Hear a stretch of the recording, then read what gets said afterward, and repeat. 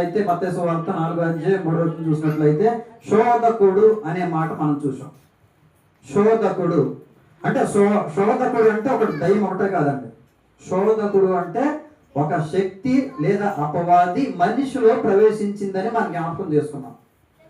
అక్కడ మనం ఆ 4 మూలను చూసాం. మనిషిలో శోధకుడు ప్రవేశించినప్పుడు వాడు ఘనహీనమైన మనిషిగా లేదా ఘనహీనమైన పాత్రగా ఉండడాన్ని మనం జ్ఞాపకం చేసుకున్నాం. మరి ఘనమైన మనిషి ఎవరండి అంటే జీవం ఉన్న దేవుడు లేదా దేవుడు మాట ఎవరిలో ఉంటుందో వారు జీవించును అని రాయబడి ఉంది. 4:4 ప్రకారంగా మత్తయి సువార్త 4:4 ప్రకారంగా ఆ 2 మాట జ్ఞాపకం చేసుకున్నాం. మనం మాట వల్ల జీవిస్తాడు. రెండోది ఫస్ట్ మాట ఏంటంటే శోధకుడు ప్రవేశిస్తే కనుక లోపలికి ఘనహీనమైన పాత్రగా ఉంటుంది. ఈ రోజు కూడా కొన్ని మాటలు మనం జ్ఞాపకం చేసుకుందాం. హెజ్కేలు గ్రంథము 23వ అధ్యాయము 30 అధ్యాయము 32వ వచనం వరకు కూడా చదువుకుందాం. హెజ్కేలు గ్రంథము 23, 30, 31 చూసినట్లయితే ఇక్కడ దేవుడు సెలవిస్తున్న మాట, నీవు అన్ని జనులతో వారి విగ్రహములను పూజించి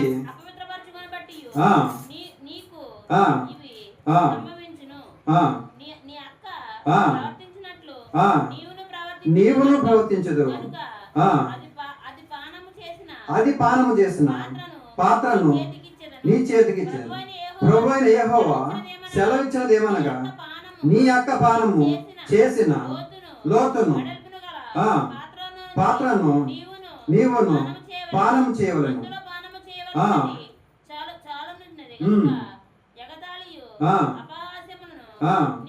నీకు చాలండి. ప్రియమైన దేవుని వాళ్ళారా, ఇక్కడ ఒక పాత్రను చూస్తా ఉన్నాం. ఇక్కడ అన్య జనుల పాత్రగా ఒక పాత్ర పోషిస్తా ఉన్నారు. అన్ని జనులు అంటే మనందరూ తెలుసు భక్తిహీనులు అని అంటాము, లేదా ఘనహీనమైన పాత్ర. ఇప్పుడు మన అంశంలో చూసినట్లయితే ఘనహీనమైన పాత్ర.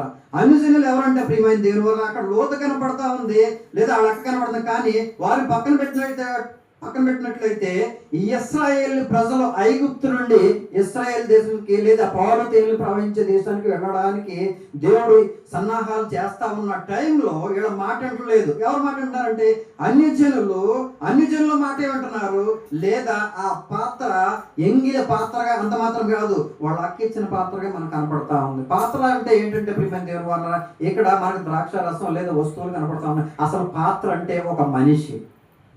నీ పాత్రను పోషించు అంటారు. నా పాత్ర అంటే నా బాధ్యత నేను, నీ బాధ్యత నువ్వు పోషించాలి. కనుక ఇక్కడ అన్య జనులు మనం చూసినట్లయితే, ఇక్కడ లేఖనంలో చూసినట్లయితే అన్య జనులకి తండ్రి అయిన దేవుడు ఆదేశిస్తున్నప్పుడు వాళ్ళ పాపము చేశారంట. పాపం చేయడం అంటే ఏంటంటే మాట వినకపోవడమే పాపం. ఇక్కడ చూసినట్లయితే అదే హెజ్కేలు గ్రంథము ప్రియమైన దేవుని వాళ్ళారా 14:3 చూసినట్లయితే అక్కడ బాగా మంచి కోపంతో పిలుస్తా ఉన్నాడు దేవుడు. ఏమంటున్నాడు 14:3 చూసినట్లయితే, ఆ నరపుత్రుడా విగ్రహములను నిలుపుకొని దోషం పుట్టించును అభ్యంతరమును తన ఎదుటనే. చాలండి, అర్థమైందండి.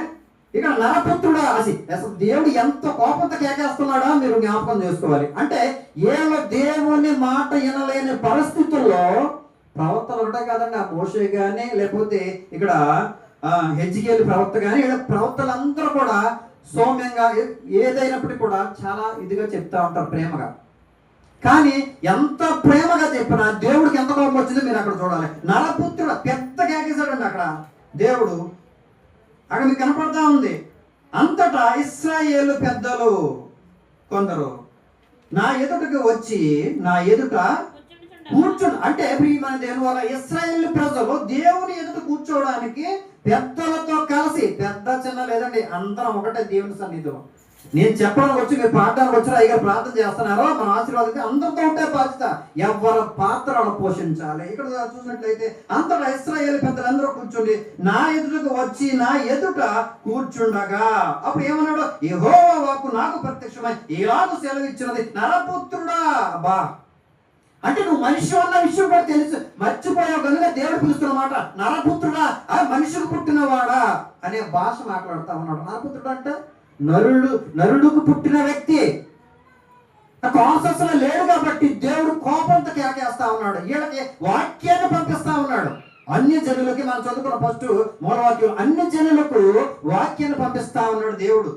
వాక్యాన్ని పంపించినప్పుడు ప్రియమైన దేవుని వారు ఆ వాక్యం వినకపోవడంలో, పెడచేలు పెట్టడంలో, నిర్లక్ష్యంగా ఉండడంలో దేవుడు కేకేస్తా ఉన్నాడు, నరపుత్రుడా, ఈ మనుషులు తమ హృదయంలో ఏం చేశారంటే విగ్రహములు పెట్టుకున్నారు. విగ్రహం అసలు ఎవరైనా విగ్రహం పెట్టుకుంటారండి? విగ్రహం అంటే తెలిసే మీకు, ఒక బొమ్మ, రాయి లాంటిది, మట్టితో తయారు చేసింది. లేకపోతే ఈ రోజు మనం బంగారంతో కూడా ఒక విగ్రహాలు తయారు చేసుకుంటారు కొంతమంది, మనందరూ తెలుసు. కిరీటం తయారు చేస్తారు ఒక గుళ్ళో అయితే, కళ్ళు తయారు చేస్తారు, గెడ్డ తయారు చేస్తారు, ముక్కు తయారు చేస్తారు. కొన్ని విగ్రహాలమ్మా, కొన్ని టెంపుల్స్ లో ఉంటాయి, మన పేర్లు వద్దులే. అంటే ఒక రూపాన్ని చేశారు. కానీ ఇక్కడ ఏమన్నాడో దాన్ని ఉద్దేశించే నేను ఈ మాట నేను మాట్లాడుతా ఉన్నా. వాళ్ళు ఏం చేశారంటే హృదయములో విగ్రహములో నిలుపుకున్నారట. నిలపడం అంటే ఏంటి మీరంతా చెప్పండి. నిలపడం అంటే ఏంటి? ఈ స్టాండ్ ఏం చేస్తుంది? ఇప్పుడు నిలబడింది. ఇప్పుడు మన హృదయంలో ప్రియమైన దేవుని వల్ల ఏదో నిలుపుకోవాలి. ఏం నిలుపుకోవాలంటే వాక్యాన్ని నిలుపుకోవాలి, దేవుని మాట నిలుపుకోవాలి, పరిశుద్ధాన్ని నిలబెట్టుకోవాలి. ఆయన పడుకోడండి లోపల. మీరేం మంచం ఎక్కర్లా, పురలను పోర్పులు కొట్ట ఏ అవసరం లేదు, తలకడ తిండి ఏ అవసరం లేదు, ఏసీ ఆన్ చేయ అవసరం లేదు. ఆయనకి పరిశుద్ధాత్మ దేవుడికి కానీ వాక్యానికి కానీ మీరు కొంత సమయాన్ని ఇస్తే చాలు, ఆయన అందులో ఉండి మిమ్మల్ని నడిపిస్తూ ఉంటాడు. ఇటేళ్ళు ఇలా చెయ్యి, ఇది తప్పు, అది తప్పు, ఇది రైట్, అది రైట్ అని చెప్తా ఉంటాడు. కనుక ఈ అన్ని జనులు అలా ఉండకపోవడంలో వాళ్ళు ఏమన్నాడంటే అక్కడ నరపుత్రుడు అన్నక్కడ ఏం పెట్టాలంటే ఇప్పుడు మనము ఘనహీనమైన పాత్రలు ఘనహీనమైన పాత్రలుగా ఉన్నారు. కనుక దేవుడు కోప్పడి, నరపుత్రుడా, మీ హృదయాలు ఏం పెట్టుకున్నారంటే విగ్రహములు పెట్టుకున్నారు కనుక నా మాట వింటలేదు. ఏ మాట? వాక్యం అన్న మాట మనం చదువుకున్న 2వ వచనంలో. యెహోవా వాకు ప్రత్యక్షమై ఎలాగో సెలవిచ్చు, నరపుత్రుడా, నీ హృదయంలో ఏం పెట్టుకున్నారంటే విగ్రహములు నిలుపుకున్నారు కనుక మీరు అట్టి రీతిగా మమ్మల్ని ఏం చేస్తున్నారు? అభ్యంతరం కలిగి చేస్తా ఉన్నారు. అభ్యంతరం అంటే ఆటంకం. శోధకుడు కూడా చేసే పని అదేనండి. శోధకుడు కూడా చేసే పని అదే. చెప్పవలసిన తీరులో సిద్ధపడి వస్తాడు సేవకుడు. కొన్ని పరిస్థితులు ప్రభావం జరిగినప్పుడు చాలా దుఃఖంతో వెనక్కి వెళ్తా ఉంటాడు సేవకుడు. చాలా దుఃఖంతో ఇంటికి వెళ్తాడు. తిరిగి మనం ఒక ప్రాంతానికి వెళ్ళొచ్చాం గురువారం. అక్కడ ఎవరి పాత్రలు పోషించారు? ఇంచుమించు 6 పాస్టర్లు, 2వ వ్యక్తి నేను, మాట్లాడడంలో 3వ వ్యక్తిని, ప్రారంభించడంలో 1st వ్యక్తిని. కనుక ఎవరి పాత్ర వాళ్ళు పోషించాలి. పోషించకపోతే ఏమంటాడు? నరపుత్రుడా, నీ హృదయంలో ఏదో ఉందో ఎందుకు పోషిస్తలేదు? నువ్వు నీ బాధ్యత ఎందుకు మర్చిపోయావు? నేను ఎందుకు పంపించా? సమయాన్ని కేటాయించి ఉద్యోగానికి ఆబ్సెంట్ అయించుకొని ఎందుకు పంపించాను? నీ బాధ్యత అక్కడ ఉపయోగించాలి. నీకు ఇచ్చిన భారం, నీకు ఇచ్చిన బాధ్యత నువ్వు అక్కడ ఉపయోగించాలి. నీ పాత్ర ఉపయోగించాలి. ఆ ఎంగిల పాత్రగా ఉండడం లేదా అన్ని జనుల పాత్రగా ఉండడం కాదు, లోకిచ్చినట్టు కాదు. ఇక్కడ ఏం చెప్పినాడు దేవుడు? నరపుత్రుడా, నీ హృదయంలో విగ్రహం నిలుపుకున్నావు కనుక నువ్వేం చేస్తున్నావు అంటే నాకు బాధ కలిగిస్తున్నావు, అంతమంది అభ్యంతరముగా ఉన్నావు నా ఎదుట. ఎంత బాధపడుతున్నాడంటే తండ్రి అనే దేవుడు లేఖనంలో చూడవచ్చు. మరి అభ్యంతరం కలిగించాం కానీ అభ్యంతరం కలగకుండా ఏముండాలి అంటే తెలుసండి, ఏముండాలో తెలుసండి. మనకి కీర్తన గ్రంథం చూసినట్లయితే ప్రియమైన దేవుని వాళ్ళారా, కీర్తన గ్రంథము 5వ అధ్యాయము 3వ చరణంలో దేవుడు సెలవిస్తున్న మాట ఇక్కడ కూడా తండ్రి అయిన దేవుడే. కీర్తనలో 5వ అధ్యాయము 3వ వచనం చూసిన మాట, యెహోవా ఉదయమున నా కంఠస్వరము నీకు వినబడును. ఉదయమున నా ప్రార్థన నీ సన్నిధిని సిద్ధం చేసుకుని కాచుకుని ఉండాలంట. ప్రియమైన దేవుని వాళ్ళారా, నరపుత్రుడు అంటే మనిషి ఏం చేయాలంటే, ఒక ఘనమైన పాత్రగా ఉన్న వ్యక్తి ఏం చేయాలంటే ప్రియమైన దేవుని వాళ్ళారా, అక్కడ దేవుడు సెలవిచ్చిన మాట ఏంటంటే కంఠస్వరము. నీ కంఠంలో ఏముంది? రకరకాలు ఉన్నాయి మన మెడలో, రకరకాలు ఉంటాయి మన చేతులకి, రకరకాలు ఉంటాయి మన కాళ్ళకి. వాటి గురించి దేవుడు మాట్లాడతలేదు. కానీ నీకు నా కంఠస్వరం నీ కనబడలేమో. ఎవరు చేశారండి ఈ ప్రార్థన? ఈ ప్రార్థన ఎవరు చేశారు? దావీదు చేశాడు. అక్కడ మీకు చిన్న అక్షరాలతో కనబడతా ఉంది. దావీదు చేసిన ప్రార్థన ఇది. ఏం చేస్తున్నాడంటే, దేవా నేను మనిషిని కనుక మీరు ఏం చేస్తారంటే, నేను చేసే ప్రార్థన యెహోవా ఉదయమున నా కంఠస్వరం నీకు వినబడేలా చేయమని అన్నాడు. ఈరోజు మందిరానికి వచ్చిన మనము, పాటలు పాడుతున్న మనము, ఆసక్తిగా వాక్యం ఉంటున్న మనము, ఎంతమంది ప్రియమైన దేవుని వలన మన కంఠస్వరం దేవునికి వినిపించో అన్నది ఆత్మవిమర్శనం చేసుకుని చేతులు ఎత్తమని చెప్పరు. నేనైనా, నా కుటుంబం అయినా, నా బిడ్డలైనా, నా భార్య, ఎవరైనా కూడా ప్రియమైన దేవుని వలన బైబిల్ అందరికీ సమానమే. పరిశుద్ధాత్మ దేవుడు అందరూ ఒకేలా ఉంటాడు. తండ్రి అయిన దేవుడు అందరికీ తండ్రే, అందరికీ ఒక పరలోకమే, అందరికీ ఒక పరిశుద్ధాత్మ దేవుడే. కనుక అందరితో పాటు మాట్లాడుతున్నది ఇక్కడ పరిశుద్ధాత్మ దేవుడు, పాస్టర్ గారు కాదు. కనుక మనం ఉదయకాలన దేవునికి మన కంఠస్వరం వినిపించామా? రెండవదిగా ఉదయమున ప్రార్థన ఆయన సన్నిధికి చేరిందా? కంఠస్వరం అంటే నువ్వు నోరు తెరిచే విధానము, ప్రార్థన చేసే ముందు ఈ కంఠం ఉన్న నోరు తెరవబడిందా? రెండవదిగా ప్రియమైన దేవుని వాళ్ళరా, ప్రార్థన సన్నిధికి వెళ్ళిందా? దేవుని సన్నిధికి వెళ్ళిందా? వెళితే కనుక ప్రియమైన దేవుని వాళ్ళరా, ఈరోజు మనం ప్రశాంతంగా ఉన్నట్లే, ఏ గలిబిలి లేకుండా, ఏ ఆలోచన లేకుండా ఒక ఘనమైన పాత్రగా ఉండేవారు హృదయంలో, ఒక ఘనమైన పాత్రలో ఉండే విషయం ఏంటంటే ప్రార్థన, రెండవది సన్నిధి. ఈ రెండు ఉంటే కనుక ప్రియమైన దేవుని వల్ల రేపు ఆరాధన, ఉదయకాలపు ఆరాధన సిద్ధంగా ఉన్నట్లే. మన జీవితాలలో వ్యక్తిగత, మానసిక, ఆధ్యాత్మిక, ఆత్మీయ జీవితాలలో ఇవన్నీ లేకుండా మనిషి ఉంటాడండి. అందుకే నా ఎన్ని చదివాను నేను. భూమి మీద బ్రతుకున్న ప్రతి ఒక్క మనిషికి కూడా ఆధ్యాత్మిక జీవితం, ఆత్మీయ జీవితం, ఈ రెండు కంపల్సరీ ఉండాలి. ఏదో ఒకటి ఉంటే కనుక, ఆధ్యాత్మిక జీవితం ఒకటే ఉందనుకోండి, ఘనహీనమైన పాత్ర. ఆత్మీయ జీవితం ఒకటే ఉందండి, ఘనమైన పాత్రగా ఉంటాం. ఘనమైన పాత్రగా ఉండాలంటే ఆధ్యాత్మిక జీవితం కూడా బాగుండాలి, ఆత్మీయ జీవితం కూడా బాగుండాలి. రెండూ ఉండాలి. ఒక కోణంలో మనం వెళ్ళకూడదు. ఆధ్యాత్మిక జీవితం అంటే బ్రతుకున్నాం కనుక అందులో ఏముండాలంటే ఆత్మీయ జీవితం ఉండాలి. ఆత్మీయ జీవితం అంటే సంఘ సహవాసము, సన్నిధి, ప్రార్థన ఉండాలి. ఇందులో ఇదంటే మీకు కనపడేది ఒక వస్తువు, కానీ ఇందులో ఉండాలి. హృదయం అనే లోపల ఈ గిన్నెలో లేదా ఈ హృదయంలో, ఈ పాత్రలో వాక్యం ఉండాలి, సన్నిధి ఉండాలి. ప్రియమైన దేవుని వల్ల ఉన్నట్లయితే అది ఘనమైన పాత్రగా ఉంటుంది. కంఠస్వరం ఆయన కనపడాలి. అంత మాత్రమే కాదు, అదే కీర్తనకారుడు ఏమని సెలవిచ్చాడంటే, చూసినట్లయితే 1-2 చరణంలో చూసినట్లయితే, 1వ కీర్తన 2వ చరణంలో చూసినట్లయితే 11వ చరణం అన్నమాట. ప్రియమైన దేవుని వల్ల 1 చూసినట్లయితే 1:1 చూసాం, మనం చూస్తున్నాం. 1:2 చూద్దాం. 1:2 యెహోవా ధర్మశాస్త్రమందు ఆనందించుచు దీవారాత్రము దానిని ధ్యానించేవాడు. ఇప్పుడు ఎవరైనా ఘనమైన పాత్రగా పోషించేవాడు, ఇతన్ని దేవుడు ఏమన్నాడంటే ధన్యుడవు. మరి ఇంకొకటి ఎవడంటే ఘనహీనమైన పాత్ర అంటే ఫస్ట్ వచనం అన్నమాట. దుష్టుల ఆలోచన చొప్పున నడవక, అపహాస్యలు కూర్చున్న చోట కూర్చుండక. చాలండి. అపహాస్యకుడు కూర్చున్న చోట కూర్చున్నవాడు ఎవడంటే ఘనహీనుడు, ఘనహీనమైన పాత్ర పోషించేవాడు.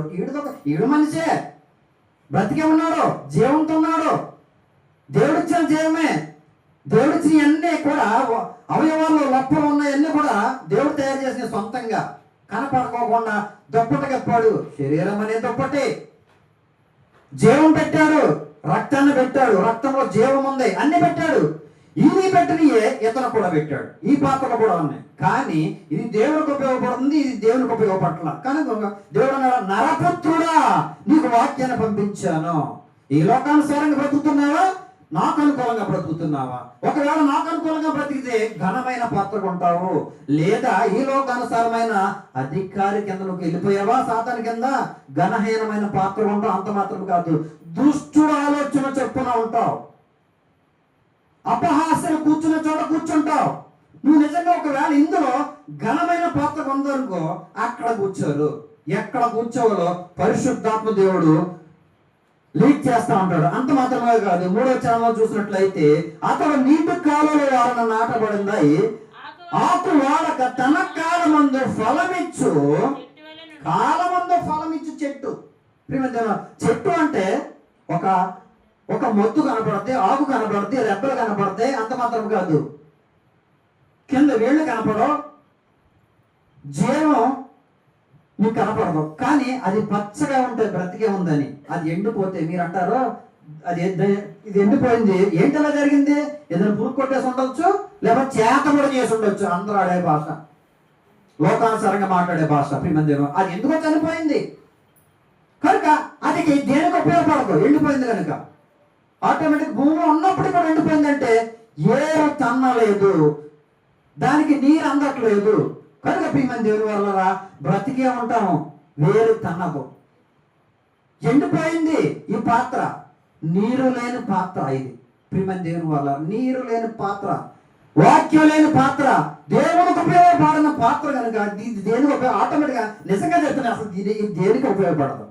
ఎగ్జాంపుల్ చూపించడానికి తెచ్చారు. కానీ ఈ పాత్ర దేవునికి ఉపయోగపడే పాత్ర.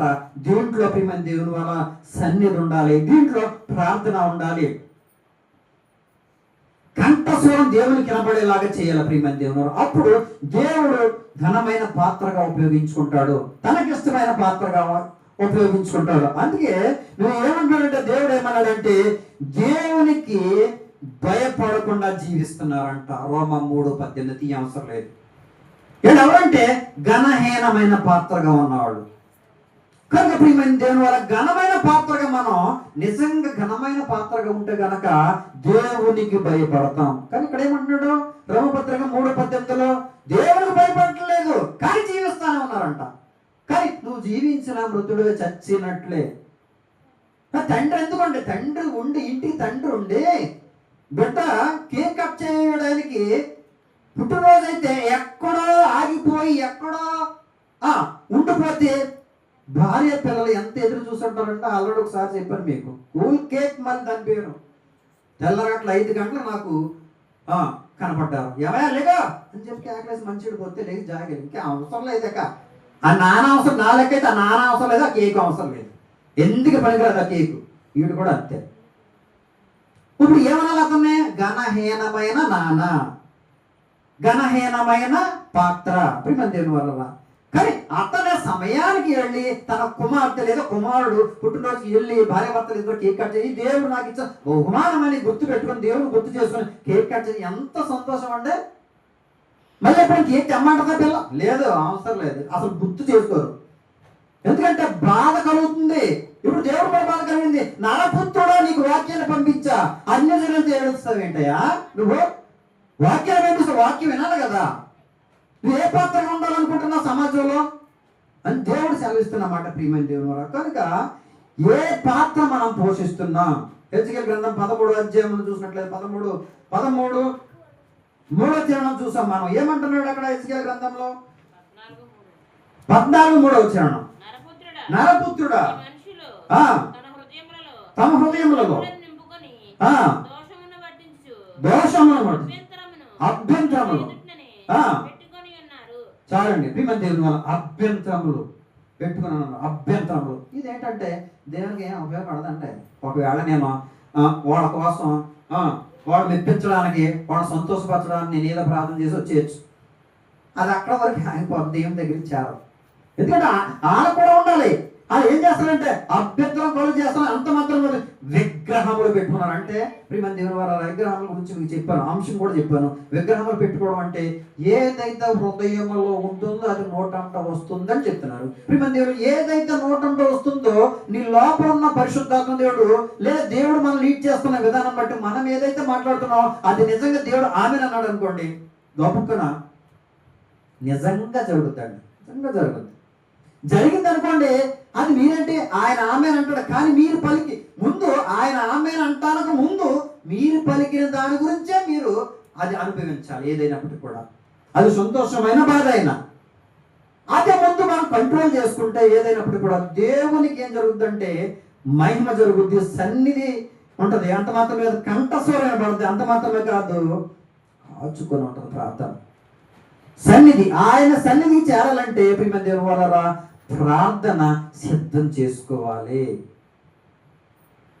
అండర్లైన్ చేసుకోండి ఈ మాటను. ఈరోజు అంశం ఏంటంటే కంఠస్వరం దేవునికి వినపడాలి. రెండో మాట ప్రార్థన సన్నిధి చేరాలి. మన ప్రార్థన సన్నిధి చేరింది అనుకోండి, ఏదైనా జరుగుతుంది. నిజంగా మనస్సు పెట్టి ప్రార్థన చేయకపోతే దేవుని సన్నిధి చేరదు, కార్యాలు జరగవు. కనుక ఒకవేళ ఘనమైన పాత్రగా మనం ఉన్నాం అనుకోండి, నిజంగా దేవుని సన్నిధికి చేరదు. ఏదైనప్పటికీ కూడా ఎలా తీసి అలా పడేస్తాడు. నీకు అభ్యంతరం ఏదైనా ఉందా తీసేస్తాడు ఆటోమేటిక్, ఇప్పుడు ప్రార్థన చేసినట్లయితే.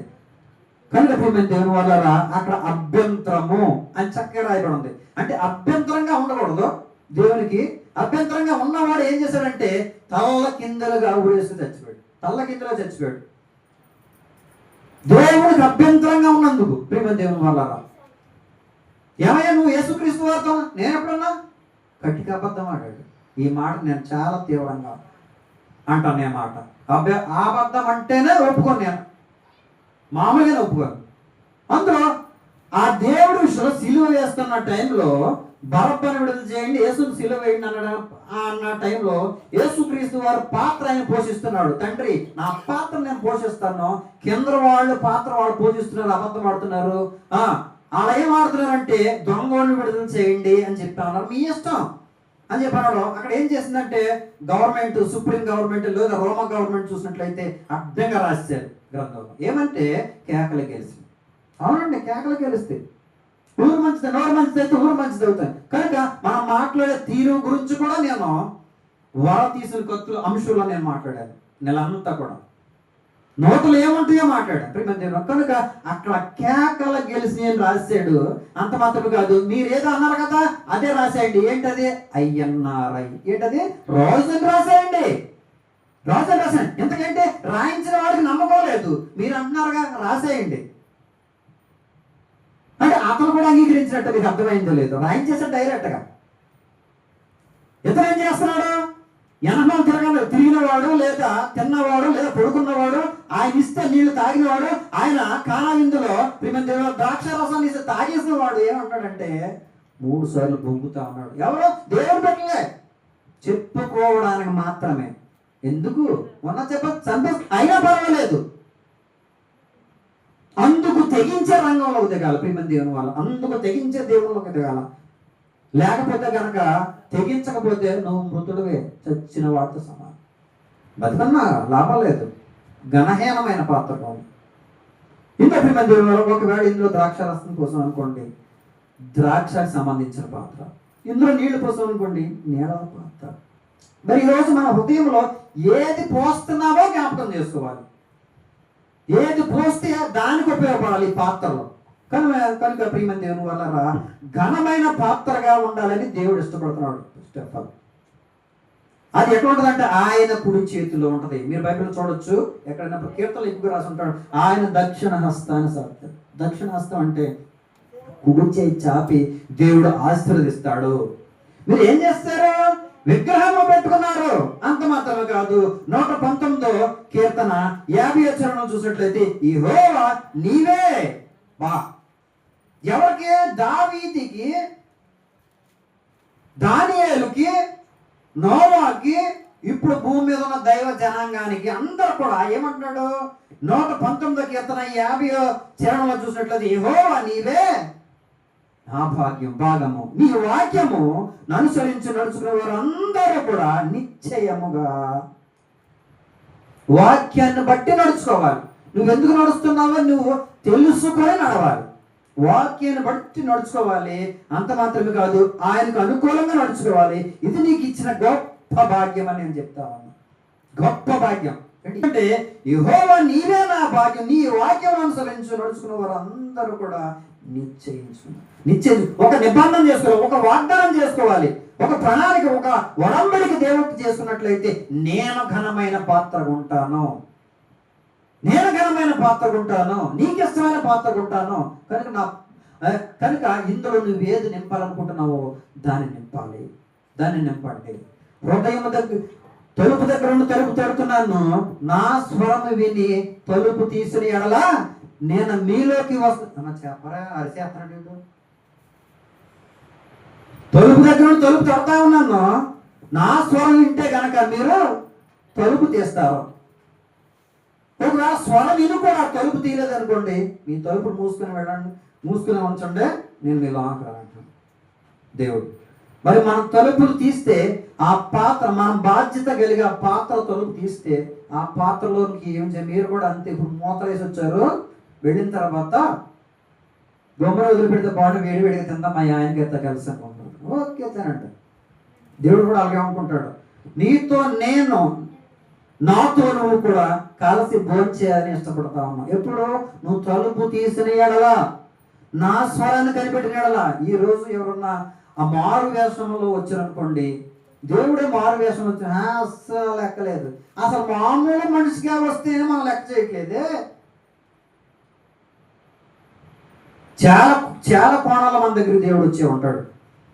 మరి ఎన్నిసార్లు తలుపు తీసి దేవుని ఆహ్వానించాము, ఎన్నిసార్లు వచ్చిన వ్యక్తిని బాధ పెట్టి పంపించుంటామో మన జీవిత కాలంలో అండి. ఇప్పటికే కాదు, మీరు బాధపడద్దు, చెప్తా ఉన్నా, అనుభూతితో చెప్తా ఉన్నా.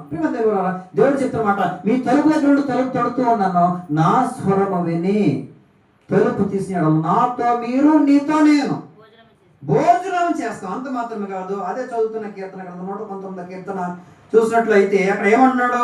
65 కీర్తన, యెహోవా నీ మాట చొప్పున నీ సేవకునికి నీవు మేలు చేసి ఉన్నాడు. ఎవరికంటే మేలు చేసింది? సేవకుడికి మేలు. ఇప్పుడు ఆ సేవకుడు ఏం చేయాలి? సంఘానికి మేలు చేయాలి, విశ్వాసులకు మేలు చేయాలి. సేవకుడు అంటే మీకు అంతా తెలుసు. ఇక్కడ మనం హెచ్కేఎల్ భక్తుడిని జ్ఞాపకం చేసుకున్న సేవకుడిని. ఇప్పుడు సేవకుడికి మేలు చేసేలాగున్నామా? యెహోవా నీ మాట చొప్పున నీ సేవకునికి నీవు, అంటే దేవుడు మేలు చేశాడు, నీవు మేలు చేసి ఏం చేశాడు? మేలు చేసి ఆయన ఆశీర్వాదాలు పొందుకోవాలి, కీడు చేసి ఆయన దీవులు పొందుకోవాలి. ప్రియమైన దేవుడా, అందుకే మేలైనా కీడైనా నీతోనే యేసయ్యా, చావైనా బ్రతుకైనా నీతోనే యేసయ్యా. అంటే అంత అంటే ఆశీర్వదిస్తేనండి బిడ్డ పాస్ అయితేనే, లేకపోతే పెళ్ళి అయితేనే, బిడ్డ వస్తేనే ప్రార్థన పెట్టించుకుంటాం, లేకపోతే మేము ప్రార్థన పెట్టించుకోం. పాస్ అయితే నేను ప్రార్థన పెట్టించుకోలే, ఏంటి గేమ్ ఆడుతున్నాం దేవుడితో. అలాగైతే నన్ను చంపేయద్దు, నేను వాళ్ళ నిమిత్తం నేను వెళ్తాను కానీ నా కోడ పెట్టి కొట్టొద్దు, వాళ్ళ నిమిత్తం నేను వెళ్తాను కానీ గెట్టం పేకొద్దు, నేను వాళ్ళ నిమిత్తం వెళ్తాను కానీ 2 చేతులు మేకలు వేయొద్దు, నేను వాళ్ళ సమాజం నిమిత్తం ప్రజల నిమిత్తం నేను వెళ్తాను కానీ నా 2వ కాలంలో ఒక మేకి పీయించొద్దు, నేను ప్రజల నిమిత్తం వెళ్తాను కానీ ప్రక్కల పల్లెకు పోటు పడవద్దు, నేను వాళ్ళ నిమిత్తం వెళ్తాను కానీ శిరస్సుపై ముళ్ళ కీర్తం పెట్టొద్దు అని అనలేదు దేవుడు. నేను కీడైనా వెళ్తాను, మేకలు పడతా అయినా వెళ్తాను, శిరస్సుపై ముళ్ళ కీర్తం అయినా వెళ్తాను, ప్రక్కల పోస్తారా వెళ్తాను. రక్తం అంతా కూడా ఒక్క రక్తపు బిందైనా నువ్వు లోపల పెట్టుకోకుండా నువ్వు ఉంటావు. యెషయా భక్తుడు రాశాడు, కీర్తనకారుడు రాశాడు, ముందుగా రాశాడు, నువ్వు పుట్ట ముందే రాశాడు. అయినా నువ్వు వెళ్తావా? నేను వెళ్తాను, అయిననే వెళ్తా. ఎందుకు వెళ్తావంటే నేను అంతే, చావైనా బ్రతుకైనా. ఈ మాట ఎవరనుకున్నారు? యేసుక్రీస్తు వారిది, మంద కాదండి, సేవకుడు కాదు. రాశారు కానీ ఇది సేవకు దేవుని మాట.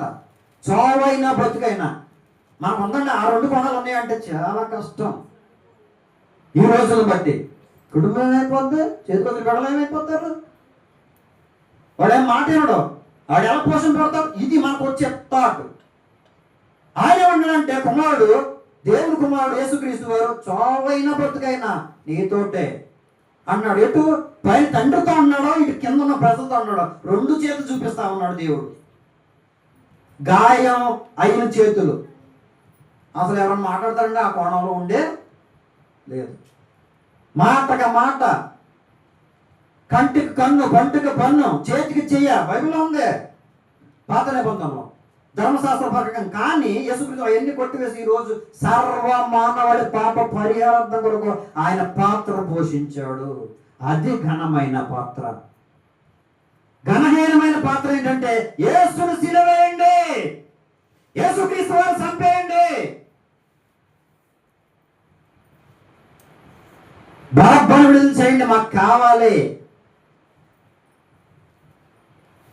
అని చెప్పి కేకలు వేస్తా ఉన్న కొన్ని పాత్రలు. దేవుడు పాత్ర చూసారా ఏమంటుందో, ఏమైనా నాన్న పర్వాలేదు, క్షమించండి,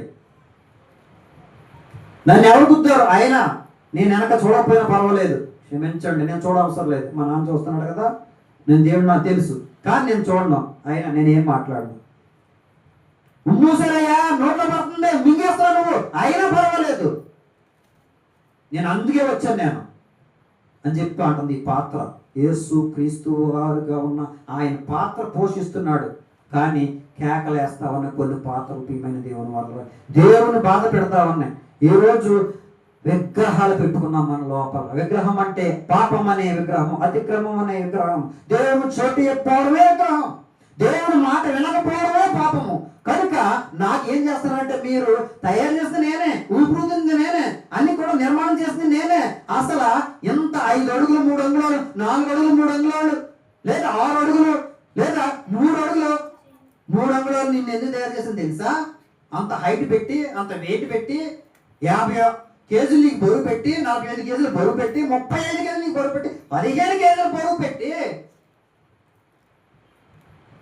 2 చేతులు 10 ఏళ్ళు పెట్టి, 2 కాళ్ళు 10 ఏళ్ళు పెట్టి, నీకు ఒక నోరు ఎందుకు నిర్మాణం చేశాను అనుకున్నా? నువ్వు తిరగబడతావని యెషయా గ్రంథంలో చెప్పినట్లుగా. నేను పెంచి గొప్పవాడిని చేసిన వారు ఏం చేశారంట? తిరగబాటు చేశారంట. ప్రియమైన దేవుని వాళ్ళరా, ఇటు తిరుగుబాటు చేసి వ్యవహారం చేసేవాడు అందరూ కూడా దేవుని చేత తయారు చేయబడిన వారే. వారి నమ్మినా నమ్మకపోయినా, బాప్తిసం తీసుకున్నా తీసుకోకపోయినా, పాట పాడినా పాట పాడకపోయినా, సంఘానికి మీ కానుకలు ఇచ్చిన ఇవ్వకపోయినా, దశంభాగాలు ఇచ్చిన ఇవ్వకపోయినా, మీకు ప్రార్థన చేయడం వచ్చా రాకపోయినా, ఎవరైనప్పటికీ కూడా భూమి మీద సర్వ మానవాళిని తయారు చేసిన ఏకైక వ్యక్తి, ఏకైక శక్తి, ఏకైకంగా కష్టపడిన వ్యక్తి, శక్తి ఎవరంటే ఏకైక దేవుడు, నా తండ్రి అయిన దేవుడు, కుమారుడు యేసుక్రీస్తు వారు. ప్రియమైన దేవుని వాళ్ళ భయం లేకుండా చెప్తా ఉన్నాం. నమ్మిన నమ్మకపోయిన మందిరానికి ఇప్పుడు ఆ వచ్చినా రాకపోయినా ఘనహీనమైన పాత్రగా ఉన్న దేవుడే తయారు చేశాడు. ఘనమైన పాత్రగా ఉన్న దేవుడే తయారు చేశాడు. ప్రియమైన దేవుని వల్ల ఈ పాత్ర దేవుడు పోషిస్తున్నాడు. మూసిన విగ్రహం ఉంటే తీసివేయాలి, ఎన్నుంటే సరి చేసుకోవాలి. ఆదివారం ఒక రోజున కాదండి, ప్రతిరోజు కంఠస్వరం వినపడాలి. దేవునికి కంఠస్వరం ఆయనకి వినపడాలి. ప్రార్థన, మనం చేసే ప్రార్థన దేవుని సన్నిధికి చేరే ప్రార్థనగా అటువంటి పాత్ర మనం పోషించాలి. అటువంటి పాత్ర పోషించాలి. తప్పుపోయిన కుమారుడు కూడా వచ్చాడు, మెడ మీద ముద్దు పెట్టుకున్నాడు, ఉంగరం తగిలించుకున్నాడు, వస్త్రం కప్పించుకున్నాడు, తానం చేశాడు, చెప్పులు లోనకి తీర్చుకున్నాడు. దేవుడు లోన కూడా తీసుకున్నాడు. ప్రియమైన దేవుడు కూడా తండ్రి ఈరోజు మనల్ని కూడా అలా చేయాలని ఇష్టపడతా ఉన్నాడు. ఎలాగంటే అంటే వాక్యం చేత పాత్ర శుద్ధి చేయడానికి ఇష్టపడతా ఉన్నాడు. చింతకుండా అవసరం లేదు, ఇంటికి పొడవ అవసరం లేదు. వీటికి మొన్న గుర్తు చేసుకున్నారు మీరు, ఎత్తల కొండలాగా ఏం అవసరంలా. వాక్యం అనే నీళ్లు చేత, ఆయన రక్తం చేత కడగడానికి ఇష్టపడుతున్నాడు. నేను కడగబడ్డాను కనుక నిలబడ్డాను, నేను కడగబడ్డాను కనుక ప్రియమైన దేవుడు ఈ పాత్రను దేవుడికి అప్పచెప్పేశాను. ఏదొచ్చినా, నిందలైన, అవమానమైన, కష్టమైన, నష్టమైన, వ్యాధైన, బాధలైన, ఖర్చులైన, కన్నీరైన, పరిస్థితులైనా, ఎక్కడికైనా, ఎప్పుడైనా, ఎన్ని కిలోమీటర్లైనా, వాళ్ళు ఇచ్చిన ఇవ్వకపోయినా, చూసిన చూడకపోయినా, నీళ్ళు ఇచ్చిన ఇవ్వకపోయినా, పెట్టినా కట్టకపోయినా, తిట్టినా తిట్టించుకున్నా, ఏదైనప్పుడు కూడా పాత్ర పోషిస్తున్నాడు సేవకుడు. సేవకుడికి మేలు చేశాడు దేవుడు. ఘనమైన పాత్రగా దేవుడు ఓడుకుంటానికి ఇష్టపడుతున్నాడు. ఎప్పుడు మనం అవకాశం ఇచ్చినట్లయితే, పరిపూర్ణ అవకాశం, సగం కాదండి, డిస్కౌంట్లు ఏముండదు ఇంట్లో. అప్పుడు ఆయన రక్తము చేత శుద్ధీకరించి, ఆయన రక్తం చేత కడిగి, వాక్యం అనే నీటి చేత కడిగి, ఇందులో 3వ భాగంగా పరిశుద్ధాత్మ దేవుడు నింపబడతాడు. ఒకటే, ఫస్ట్ ఆఫ్ ఆల్ నీటి ద్వారా వాక్యం చేత కడగబడాలి. రెండోది ప్రియమైన దేవుని వాళ్ళరా, శుభ్రం చేసేసిన తర్వాత ఇందులో ఆయన నివాసం అంటాడు. వాక్యం చేత కడగబడాలి, పరిశుద్ధాత్మ దేవుని చేత నింపబడాలి. నింపబడిన పాత్రగా ఉండాలి. నింపబడిన పాత్ర బరువుగా ఉంటుంది. నింపబడిన బాటిల్ ఇది. మూర్తి ఓపెన్ చేసామని కూడా మొత్తం బయటకు వచ్చేస్తాయి, వేస్ట్ అయిపోతుంది. మన జీవితం వేస్ట్ అవ్వకుండా, మన బ్రతుకు వేస్ట్ అవ్వకుండా, మన భక్తి వేస్ట్ అవ్వకుండా ఒక ఘనమైన పాత్రగా ఉండాలంటే కంఠస్వరము దేవునికి వినపడాలి. ప్రతిరోజు, ప్రతి ఉదయమున మీరు జ్ఞాపకం చేసుకున్నారు, ప్రతి ఉదయమున కంఠస్వరం దేవునికి కనపడాలి. అంత మాత్రం కాదు, ప్రార్థన సన్నిధి సిద్ధం చేసుకోవాలి. ఏం చెప్పానమ్మా? దాని ముందమ్మా హృదయంలో ఏం పెట్టుకున్నారంట? విగ్రహాలు పెట్టుకున్నారంటండి. ఇప్పుడు ఏం చేయాలి? విగ్రహాలు పెట్టుకుంటే ఏమైంది? అభ్యంతరం కలుగుతుందంట. ఎవరు కనుక్కున్నారు? మనిషికి అభ్యంతరం కలిగితే లెక్క చేయవసరంలా, కానీ దేవుడికి అభ్యంతరం కలుగుతుందా? నరపుత్రుడా పెద్దగా నేనైతే వేయలేనండి, నష్టమా లేదు, నాకు కొద్దిగా ఇబ్బంది కనుక నేను కేకలేను. దేవుడు అంత కేకేసేపాటి దేవుడినే చూడలేక ప్రకృతి మాయమైపోయింది, తిరగబడింది. ప్రకృతి తిరగబడిపోయింది. ఇలా ఉన్న ప్రకృతి ఎలాగైపోయింది? చీకటి కమ్మింది. 3 గంటల బైబిల్లో అంకుల్ కూడా రాశాడు, 3 గంటల టైంలో చీకట కమ్మింది ప్రకృతి. ఏంటంటే పాత్రలు అడ్డం తిరిగేసినాయి దేవునికి. ఏ పాత్రలు అనుకున్నారో అక్కడ మీరు ఫస్ట్ మూలవాక్యంలో అన్యజనులుగా ఉన్న పాత్రలన్నీ కూడా దేవునికి అడ్డం తిరిగేశాను కనుక వాటిని కూడా శుభ్రం చేయలేని దేవుడు ఆలస్యం చేస్తా ఉన్నాడు. కనుక మనం జ్ఞాపకం చేసుకోవాల్సిన మొట్టమొదటి ఘనమైన పాత్రకు ఉపయోగపడేది కంఠస్వరము, ప్రార్థన, సన్నిధి 3 ఉండాలి ఘనమైన పాత్రలో. ప్రియమైన దేవుని వల్ల ఘనహీనమైన పాత్ర ఏమిటంటే అభ్యంతరం కలిగించే పాత్రగా ఉంది. అంత మాత్రం కాదు, ఆ పాత్ర ఆ విగ్రహములు పెట్టుకున్నట్లుగా మనం కనపడతాం. ఆ విగ్రహములు తీసివేయాలంటే, అభ్యంతరం తీసివేయాలంటే నోరు తెరిచి అడగాలి. ఆయన తలుపు దగ్గరకు వచ్చినప్పుడు తలుపు తీయాలి. ఏ రూపంలో ఆయన వస్తున్నాడో తెలియదు, ఏ రూపంలోనైనా రావచ్చు. ప్రియమైన దేవుని వారు నేను ఎప్పుడు చెప్తా ఉన్నా, ఏ రూపంలోనైనా రావచ్చు. అందుకే అన్నాడు, ఏమ్మా మీరు దగ్గరకు వచ్చి ఒకసారి మొత్తం అన్నం పెట్టమన్నా పెట్టారా అంటే, మీరు ఎప్పుడు వచ్చారయ్యా అని ఒకసారి గోక్కుంటాం, గుర్తు తెచ్చుకుంటానికి అంటే దొరవచ్చు కాదు. ఒకసారి ఎండలో ఎవరో పని మిత్రం లేకపోతే దారైపోయాడు, ఒక గిద్దుడు మంచి మనం అడుగుతున్న వాళ్ళు ఎవరో వచ్చి ఏదో అడిగారు, ఇచ్చారా అంటే మీరేదో మీరెప్పుడు వచ్చారయ్యా? వచ్చింది నేనే, కానీ ఇచ్చారా అంటే లేదు. అందుకే వచ్చే నా స్వరం విన్నారా? అంగహీనంగా లేదా మీకు ఇబ్బందికరంగా వాసన కొట్టేలాగా లేదా మీరు చూస్తే చూడనల్లని వాడికి నేను ఉన్నానని మీ దగ్గరికి రాలేదేమో. ఆయన ఉన్నాడు ఆల్రెడీ, చూడనల్లని వాడుగా ఆయనకు సొగసైన స్వరూపము లేకుండా వ్యసనాక్రాంతుడుగా వ్యాధిని అనుభవించిన వాడుగా ఉన్నాడంట యేసుక్రీస్తు వారు. ప్రియమైన దేవుని వల్ల ఒకవేళ ఆ కోణం ఉన్నప్పుడు మీరు ఇవ్వలేదేమో, మీరు ఎలా లెక్కేసుకుంటారు? బైబిల్ అర్థమైతే ప్రతి దానికి జవాబు ఉంది, ప్రతి దానికి మాట ఉంది. ప్రియమైన దేవుని వల్ల మనం ఘనమైన పాత్రగా ఉన్నామన్న దాని గుర్తు ఏంటంటే కంఠస్వరము. మన కంఠంలో దేవుని మాట ఉండాలి. బైబిల్లో కాదండి, ఎక్కడ ఉండాలి కంఠస్వరము. ప్రార్థన అనే కంఠస్వరము లోపల నరాల్లో నుంచి ఉదయకాలన రావాలి. ప్రతి ఉదయమున అంత మాత్రమే కాదు, ప్రార్థన సన్నిధిని సిద్ధం చేసుకోవాలి. ఈరోజు సిద్ధపడుకుంటూ తెలుసంటే, ఈరోజు శనివారం విజ్ఞాపన సిద్ధపడుకుంటూ ఎవరు ఉంటారో వాళ్ళు ఉన్న రూల్ ప్రకారంగా అయితే ఎప్పుడు ఉదయకాల ప్రారంభం తెలుసండి, గురువారం నుంచి స్టార్ట్ అవుతుంది. ఈ పాటలు ఎన్ని చెప్పినా సరే మనం 1వ తరగతిలోనే ఉంటున్నాం, ఏ కేజీలోనే ఉంటున్నాం, 1/2 కేజీలోనే ఉంటున్నాం అంతే. ఇది సిద్ధపాటుకుడుగా మన కుటుంబ కూడా కాదు ఎగ్గొట్టడానికి. ప్రియమైన దేవుని వల్ల గురువారం నుంచి జరుగుతూ ఉంది ఎప్పుడు అటువంటిది. ప్రియమైన దేవుని వల్ల శుక్రవారం స్త్రీలకని చెప్పి శనివారం సిద్ధపడుకుడుగా, ఆదివారం ఇప్పటి నుండి సిద్ధం చేసుకోవాలి. కంఠస్వరం సిద్ధం చేసుకోవాలి, ప్రార్థన సిద్ధం చేసుకోవాలి. ప్రియమైన దేవుని అభ్యంతకరంగా ఉండకూడదు, విగ్రహంలో పెట్టుకోకూడదు. ప్రార్థన చేసుకుందాం.